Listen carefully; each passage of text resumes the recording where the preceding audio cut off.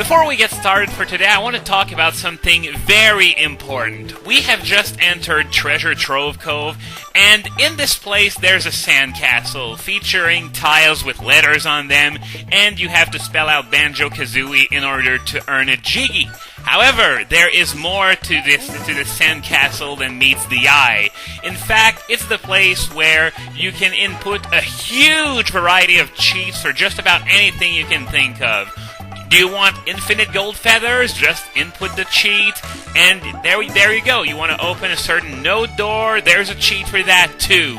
However, and if you want to see those cheats, I'm going to direct you to GameFAQs, but I'm not here to talk about these cheats proper. Instead, I am going to talk about a series of 7 cheats that will enable you to get items that would otherwise be completely unobtainable. These items are the subject of one of the biggest debates in gaming history. What were they meant to do? In the end, we never knew, because those items do not do anything. Now there's a long story to go with that, so I'm going to start at the beginning. During the ending of Banjo-Kazooie, 3 of these items were teased: the Ice Key and 2 of the 6 Mystery Eggs. And the game said that their purpose would be unveiled in Banjo-Tooie. However, this led a lot of people to, try to find a way to get those items, because obviously the way to get those items was still in the Banjo-Kazooie cartridge. And eventually someone managed to make a Game Shark code in order to get the Ice Key. And when you go to the View Totals section of the pause menu, you're going to see that these hidden items are in a separate screen called Stop and Swap. Now this led people to, try to speculate what Stop and Swap was, and the most popular theory was that the way to get those items would be unveiled in Banjo-Tooie, and then you'd go back, play Banjo-Kazooie, and trigger whatever it was that made those items appear. And after that, it's rumored that you could turn off the N64 in such a way that it would remember that you got those items in Banjo-Kazooie, then you'd put Banjo-Tooie in, and the game would have the hidden items that you got over in Banjo-Kazooie. However, this turned out to never be the case, because it was a feature that was eventually scrapped, probably because of technical limitations. I don't think we're ever going to know the full story on that, but as a result, the items in Banjo-Kazooie do not do anything. Eventually the game was data mined, and people were able to figure out the cheats that would allow you to actually get those items. You're looking at some of them right now, and to compensate, the Ice Key and 3 of the Mystery Eggs made an appearance in Banjo-Tooie. You could obtain them in Banjo-Tooie, and they would actually do something in that game, and they are well worth your time as well. So that's the story behind those mystery items. I'm going to show you where they are, how to get them. You're looking at the cheats right now. I'm not going to show you myself inputting them, because you don't want to see me ground pounding on letters for a half hour, do you? Nah, I didn't think so. So with that out of the way, let's head to the gameplay part of this video, shall we? So now that we got this little bit of exposition out of the way, it's time to confront Nipper. He's sort of a boss fight, I guess. He offers to help, but then Kazooie comes in with her foul mouth or beak or whatever and pisses off Nipper enough, so now we have to fight. And this fight doesn't really qualify as one. Very easy. Wait until it's done attacking. Attack yourself with the rat-a-tat rap. Back off. Let it attack. Then attack again. Sounds familiar? Yeah, it should be. It's just like a Dark Nut in Ocarina of Time, except this is even easier and shorter. Anyway, once you hit it 3 times, it backs off into its shell, so you're free to head inside and see what's there. There are a few musical notes here. Man, this shell looked much smaller on the outside than it does on the inside. Anyway, now you get to this room. Just be careful, there are those crab enemies trying to kill you, and they go sideways on top of that, so they're a bit awkward to counter. Oh, come on! I just want the Jiggy! How hard can it be? Okay, there we go. So that was all that there was in Nipper's shell. Don't know really where it's gone, if we actually killed it or whatever, just with 3 Rat-a-tat rats. It really sucked for him. Anyway, you want to make sure to look behind the shell, because look there, there's a Mumbo token. And while we're in the area, there's an extra honeycomb piece right over there in that corner, but you want to be careful because, okay, now we're going to get a good look at Snacker, presumably. There we go. It still took some time for him to show up. Anyway, this is what he does. Whenever you're caught swimming, he's going to go for you and try to get a bite out of you. So, now I think I left a honeycomb piece nearby. I'm just going to grab those feathers while I'm in the area, but yeah, I think I left one. There we go. You don't want to consume them all as you find them if you're full, so that you can regenerate your health if you take some damage, even if there aren't many enemies left in the world. So you really got to be conservative with those things and try not to use them up too much when you don't need to. Now, over there are some more palm trees. I believe these have notes. There are a few of them that have notes, so this is why you want to be sort of careful. Check them all. Most of them have red feathers, but some of them have notes. So now, I'm going to stop commentating for this. I just want you to listen for a bit. You're going to be hearing the best voice acting you've heard in any game ever.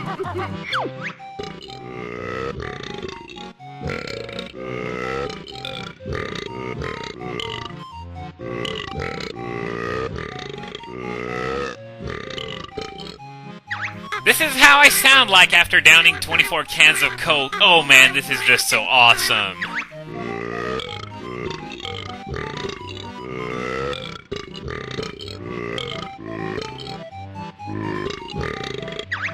Anyway, this is Captain Blubber, and he's lost his gold, and we gotta go find it for him. There are 2 stacks of gold bars that you need to find. Both are inside the ship, but they are in the water, and Mr. Hippo here can't swim, so we gotta do this for him. And there's even a Mumbo token here as a bonus and a few notes, so you really want to come here regardless. And yes, everything talks in this game. Even the stacks of gold bars actually talk to you.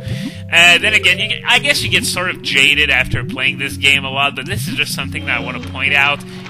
Every inanimate object that's even remotely important will actually have some lines and a voice. Now, as you saw, there's another area in the ship that we couldn't get to from there. For that, you're going to have to swim to the side of the ship.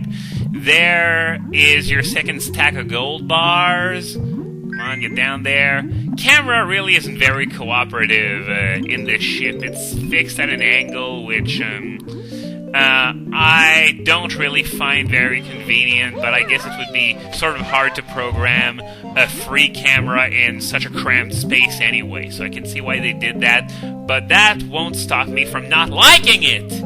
Anyway, we got both stacks of gold bars, so we're gonna head back to Captain Blubber and give them to him. Okay. Where am I supposed to stand? Great, I'm now having another one of my legendary derp moments on the stupidly easy stuff. There we go.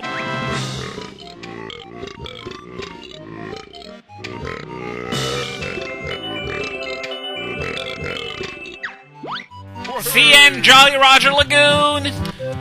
But anyway, let's grab this Jiggy, and of course we are not done yet on this ship. There are a few more things we want to do first. You want to climb this pole here, because there is a well-hidden Mumbo token that's surprisingly easy to miss for some reason. I always tend to miss that one, so it's a good thing I remembered it today. Now, there's a molehill here, and red feathers all over the place. This can only mean one thing. Kazooie is about to learn how to fly, finally, so she's going to be able to shut her beak about it. First, let's get that Jinjo that's up there, and down there, and we are going to learn to fly. This is done with the help of, you see that pad at the right end of the screen? This is a flight pad. This is where Kazooie takes off. I don't know why she can only take off from there. I mean, look at that! It's just a chunk of metal! But let's pretend that it does all the difference in the world. To fly, you have to stand on it, press A, and you're going to be launched into the sky. Thanks for the 25 free red feathers. And if you want to fly higher, this is where the feathers come in. You press A, you get higher, except you're going to be consuming a red feather for this. Now, whenever Bottle shuts up, get ready to behold one of the most hilarious lines in the game. This be Gruntilda's booty. Touch it if you dare. Well, let me just save and quit, and after that, I'm gonna do it all you want. Nah, just kidding. Anyway, let's grab the Jiggy that's inside, and after that, Gruntilda's going to have a line of her own. I have a funny story about that one.